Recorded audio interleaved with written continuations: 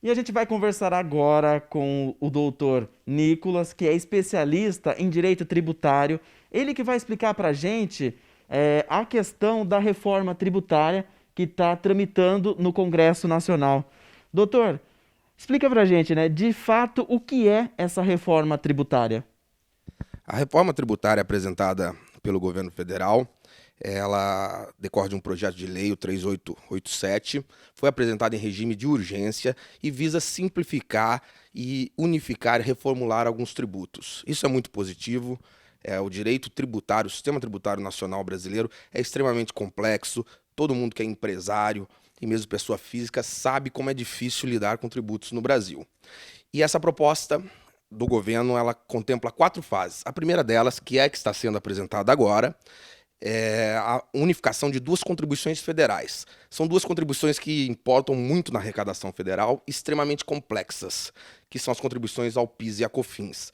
Muitos empresários, principalmente aqueles que se encontram em alguns regimes de tributação, se submetem a essa contribuição. E a ideia é unificar essas contribuições em um tributo único chamado CBS, Contribuição sobre Bens e Serviços. Em linhas gerais, a ideia é que seja mais transparente, mais simples e que não aumente a carga tributária total dos contribuintes. Isso é o que está na exposição de motivos da proposta apresentada pelo governo federal.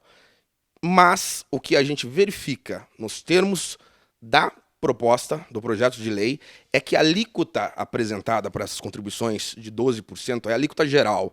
Tem algumas exceções para instituições financeiras, mas em geral a alíquota será de 12% com a possibilidade de apropriação de créditos. É uma alíquota hoje muito pesada, principalmente comparada com as alíquotas atuais da PIS e da COFINS, que em um regime o cumulativo é de 3,65% e no outro regime de 9,25%.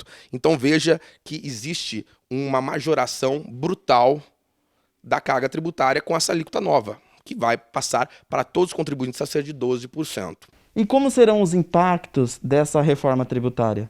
Penso eu que o maior impacto será no setor de serviços, porque o setor de serviços e a sistemática do projeto de lei prevê a possibilidade de apropriação de créditos. O setor de serviços, ele não tem aquisições, não tem custos relevantes na sua atividade. O maior custo é a mão de obra qualificada na prestação do serviço. Então veja um contribuinte, um escritório de advocacia, digamos, que hoje recolhe 3,65% a título de PIS e COFINS, passará a recolher 12%, não podendo se apropriar de crédito algum, praticamente.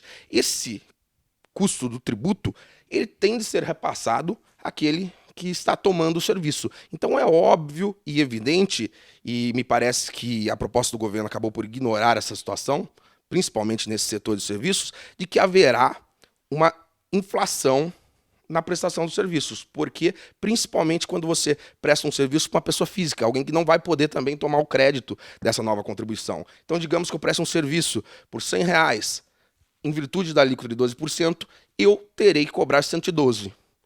E uma pessoa física que, digamos, precise de um serviço jurídico meu, vai pagar 112 sem poder se apropriar desses 12% que estaria embutido a título de contribuição sobre bens e serviços. O senhor pode explicar para a gente qual será o andamento dessa matéria lá no Congresso Nacional? Trata-se de um projeto de lei e de iniciativa da Presidência da República e, portanto, é possível que se peça regime de urgência, que foi o que foi feito. O regime de urgência faz com que esse projeto de lei seja analisado antes de qualquer outro, num prazo especificado na Constituição de 45 dias. Então, se não for analisado pela Câmara dos Deputados, todas as demais deliberações elas ficam suspensas. Então, a partir deste momento, foi criada uma comissão mista, a partir deste momento, esperamos que a Câmara dos Deputados analise. Havendo aprovação na Câmara dos Deputados, isso passa para a segunda casa do Congresso Nacional, o Senado, que é a casa revisora.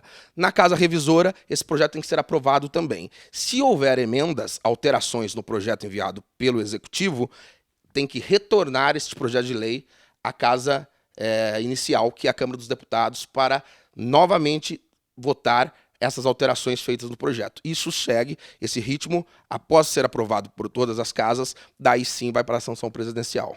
A reforma tributária, em meio à pandemia do coronavírus, ela chega em uma boa hora? Não acredito que seja um momento adequado.